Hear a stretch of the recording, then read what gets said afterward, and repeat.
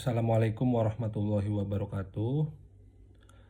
Perkenalkan, nama saya Rahmat Akbar dari jurusan Teknik Mesin semester 2 lanjutan. Baik, kali ini saya akan sedikit menjelaskan tentang relativitas khusus ya. Baik, yang pertama, relativitas khusus adalah teori mengenai struktur ruang dan waktu ya.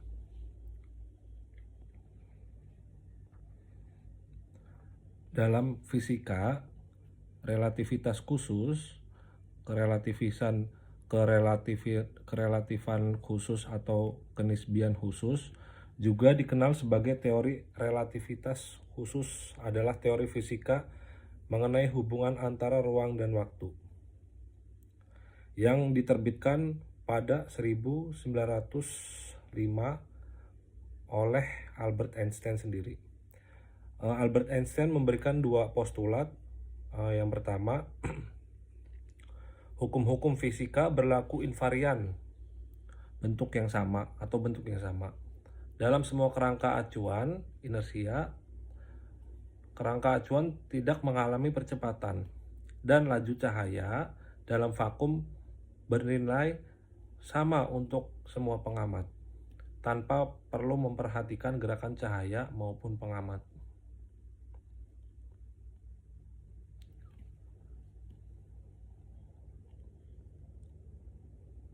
Relativitas khusus memiliki berbagai sebab dan akibat. Sebab dan akibat tersebut telah dibuktikan oleh eksperimen dan mencakup diantaranya kontraksi panjang, dilatasi waktu, masa relativistik, batas kelajuan tertinggi, ekuivalensi massa, energi, kelajuan kausalitas, dan relativitas simultanitas.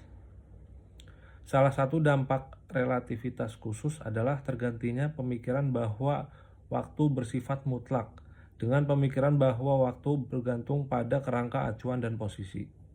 Jadi, dua kejadian yang terjadi secara bersamaan bagi seorang pengamat bisa tampak tidak terjadi bersamaan bagi pengamat lainnya. Karakteristik yang paling mudah dikenali dari relativitas khusus adalah digantinya transformasi Galileo dari mekanika Newton dengan transformasi Lorentz. Ruang dan waktu tidak bisa didefinisikan secara terpisah, tidak seperti sebelumnya diduga, melainkan merupakan suatu kesatuan yang disebut sebagai ruang waktu.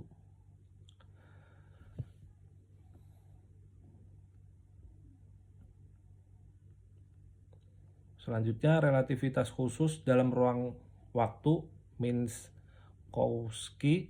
hanyalah akurat ketika nilai mutlak dari potensial gravitasi jauh lebih sedikit daripada di daerah yang diamati.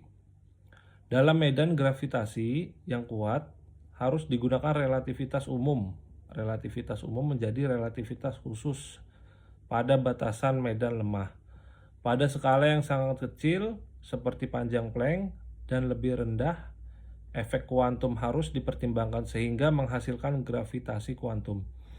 Akan tetapi, pada skala mikroskopis dan tanpa keberadaan medan gravitasi yang kuat, relativitas khusus telah teruji oleh eksperimen dengan tingkat akurasi yang sangat tinggi, 10⁻⁻20. Dan karena diterima oleh komunitas fisika, hasil percobaan yang tampaknya menyangkal relativitas khusus tidak bisa direproduksi dan karenanya percaya sebagai kesalahan dalam percobaan. Relativitas khusus bersifat konsisten secara matematis dan merupakan bagian dari semua teori fisika modern, di antaranya teori medan kuantum, teori Dawai, dan relativitas umum. Mekanika Newton secara matematis bisa diturunkan dari relativitas khusus untuk kecepatan yang kecil dibandingkan dengan laju cahaya. Jadi, mekanika Newton bisa dianggap sebagai relativitas khusus pada benda yang bergerak lambat.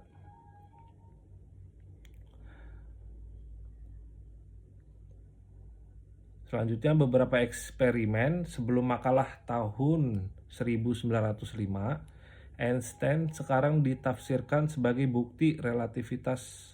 Di antara eksperimen berikut diketahui bahwa Einstein mengetahui tentang percobaan Fizeau sebelum tahun 1905. Para sejarawan menyimpulkan bahwa Einstein paling tidak pernah mendengar tentang percobaan Michelson-Morley sejak 1899. Meskipun dia mengklaim bahwa percobaan tersebut tidak berperan dalam pengembangan teorinya.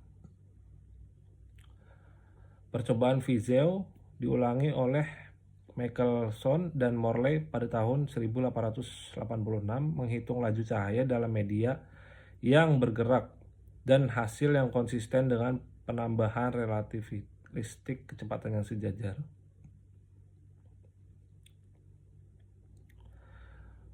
Oke, selanjutnya ada contoh-contoh relativitas khusus, yaitu yang pertama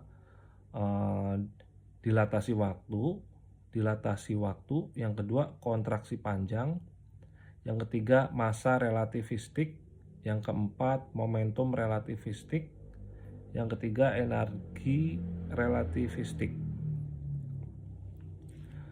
Adapun fenomena keseharian kita,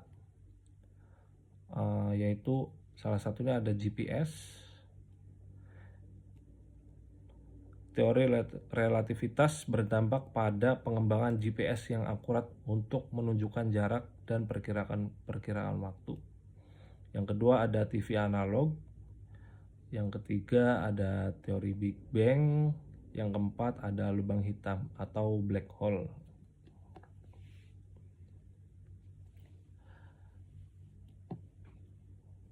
Yang terakhir ada teori relativitas khusus melahirkan beberapa konsekuensi. Konsekuensi dari teori relativitas khusus adalah relativitas simultanitas, dilatasi waktu, kontraksi panjang, massa relativistik, juga ekuivalen energi dan massa. Oke, segitu saja sedikit penjelasan dari saya tentang relativitas khusus. Semoga bisa dapat dipahami dengan mudah. Kurang lebihnya saya mohon maaf. Wassalamualaikum warahmatullahi wabarakatuh.